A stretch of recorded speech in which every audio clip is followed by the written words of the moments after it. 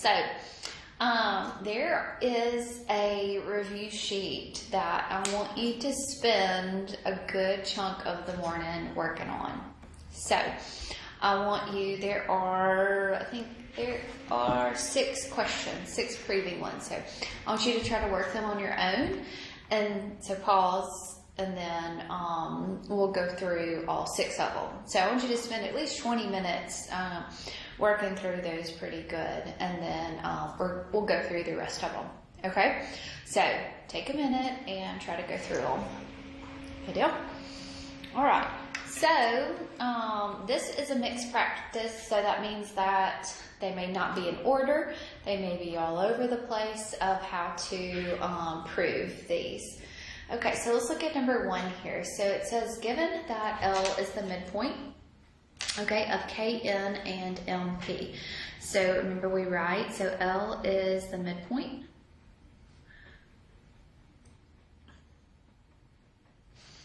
of KN and MP.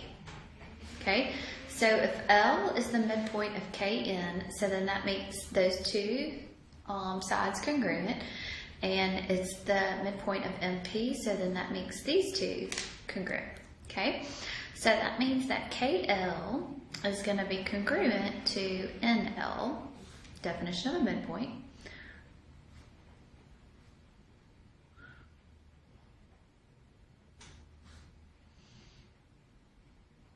Okay, and then ML is going to be congruent to PL.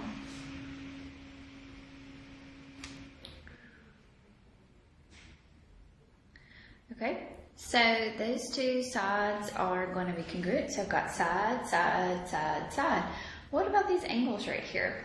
Those 2 angles are going to be congruent because they are vertical angles. So that means MLK, so angle MLK is going to be congruent to PLN.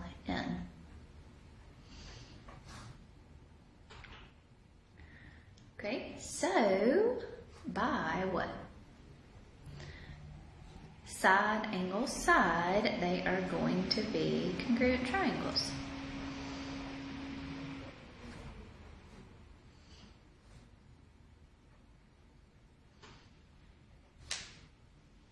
Okay, good deal.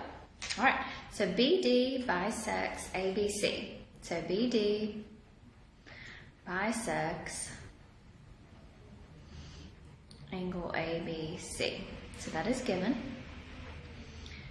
So BD is bisecting ABC. So when that does that, then what does this create right here?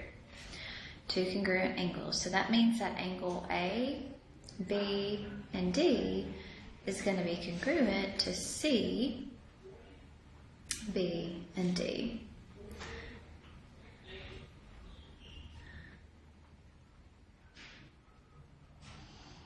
Okay, so it also says that angle BA, and D is going to be congruent to BC and D.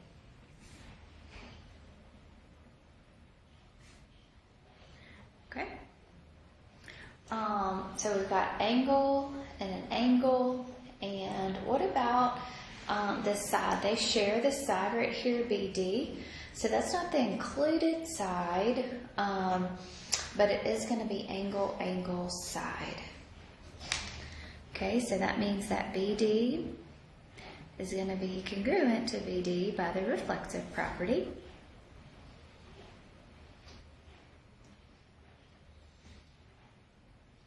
So, by angle, angle, side, the triangles are going to be congruent.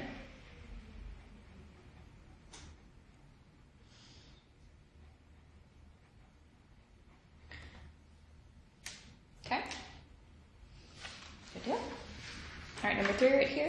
So S is the midpoint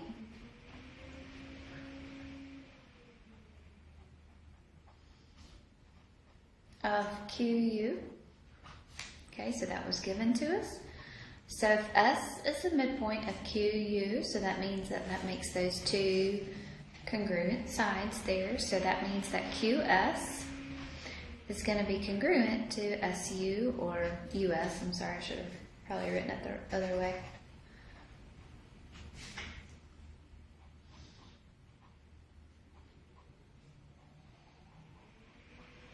Okay? All right. Also, QR is going to be congruent to ST. So QR is going to be congruent to ST. So that is given.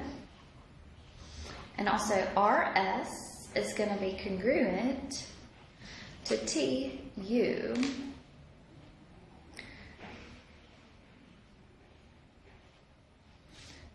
That's also given. So now what do I have? I have three sides that are going to be congruent. So by side, side, side, these triangles are now going to be congruent. So triangle QRS is going to be congruent to triangle STU. Okay?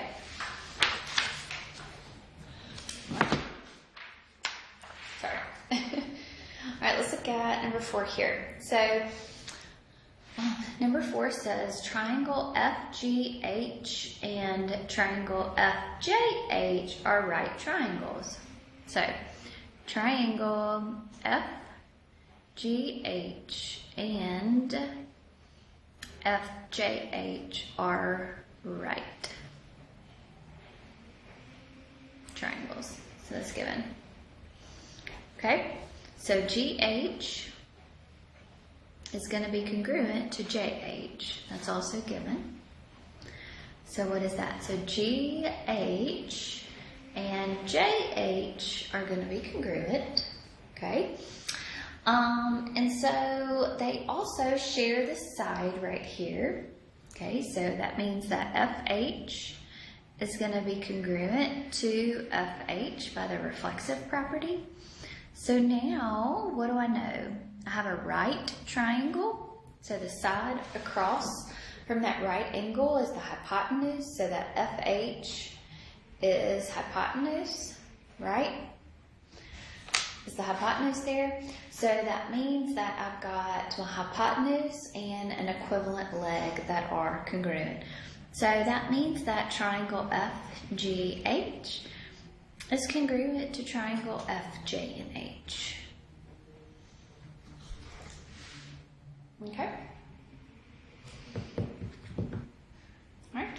So if KL is parallel to NP, so KL is parallel to NP.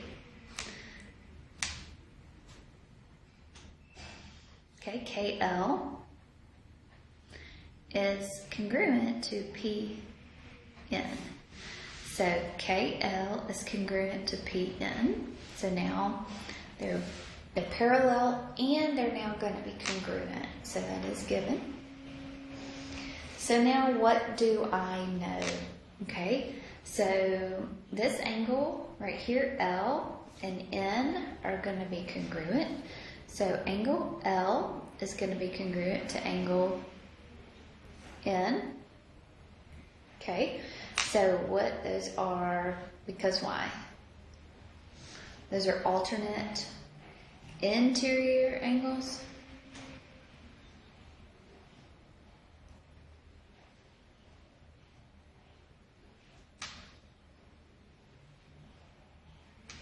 Okay, so if I know that this angle is congruent and this side, these sides are going to be congruent, so what else do I know?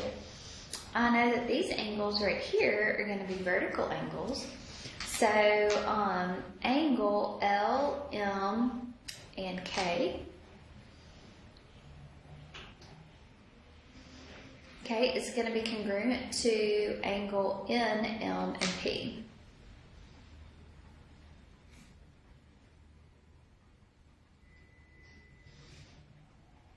Okay, so that's an angle side. So now they are congruent. So by angle side, these two triangles are going to be congruent.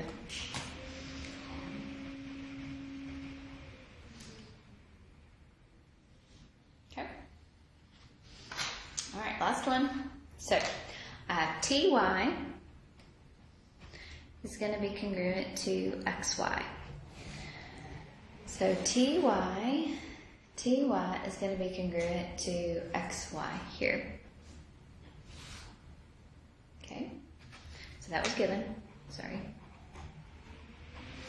All right, and then angle TVY is going to be congruent to angle XWY. So that's also given. All right, so T, V, and Y is going to be congruent to X, W, and Y. So those angles are going to be congruent. Okay. So, what else do I know here?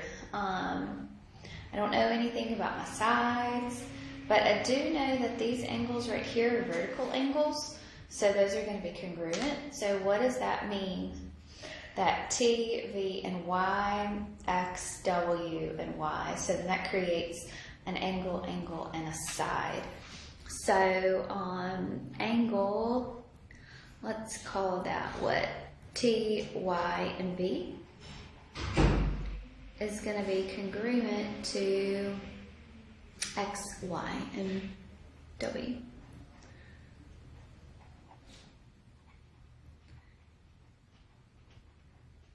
So by angle, side, these are congruent triangles.